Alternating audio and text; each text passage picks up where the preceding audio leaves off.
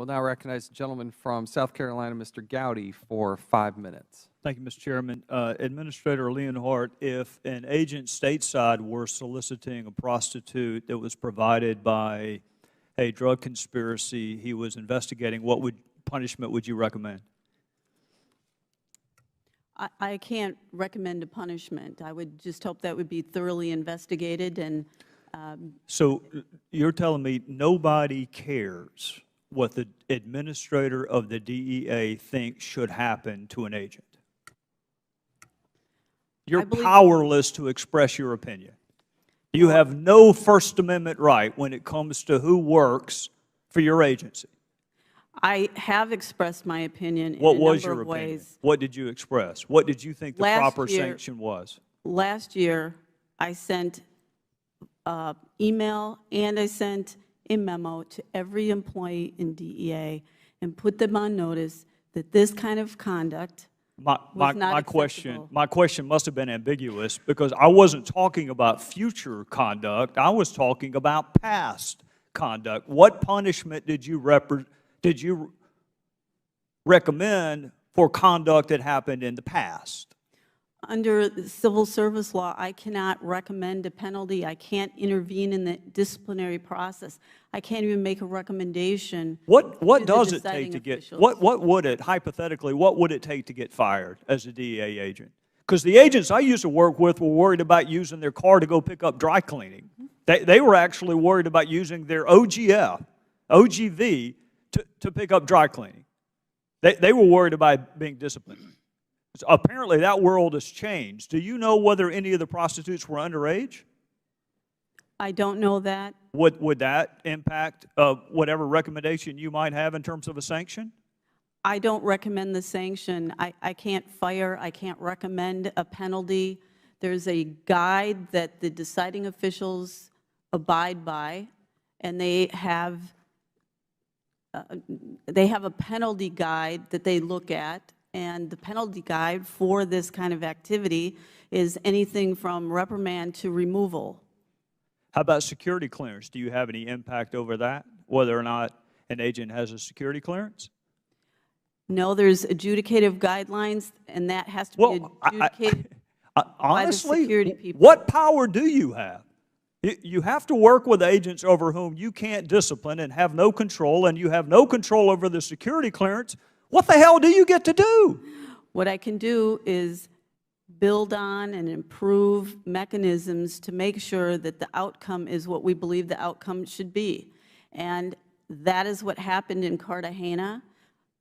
That is what's going to happen moving forward.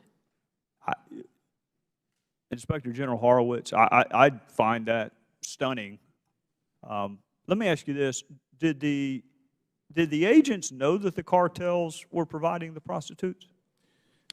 What we found, Congressman, from looking in the file was that they should have known, given their trained law enforcement agents, and they were dealing with corrupt law enforcement, local law enforcement, that was providing them with the prostitutes as well as the various gifts. Were they supposed to be investigating these cartels?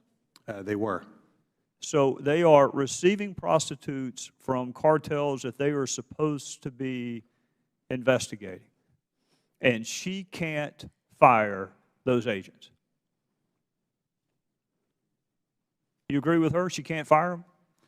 I think as a matter of Title V, she can't directly intervene and fire them. I do think one of the concerns we outline in the report as to DEA and the other 3 agencies is how they adjudicate these cases. They undercharge them in some instances. And so at DEA, for example, sexual harassment, if you're charged with that, there's only one punishment: removal. But if you're charged with conduct unbecoming or poor judgment, which isn't even actually a category, then you've got a range of penalties. And so one of the issues, as you know as a former prosecutor, is how you charge the case. And that has a consequence. Well, Mr. Chairman, I don't know what would need to be done, but I, like my friend from South Carolina, find it stunning that you can solicit prostitutes. Administrator Leonhardt, do we know whether any of the prostitutes were underage? Do we know whether any of them were part of any human trafficking rings? Because the Bogota case happened a decade ago, there were no interviews of prostitutes. On the more recent one, the Cartagena one, it did not identify an age for the prostitute involved.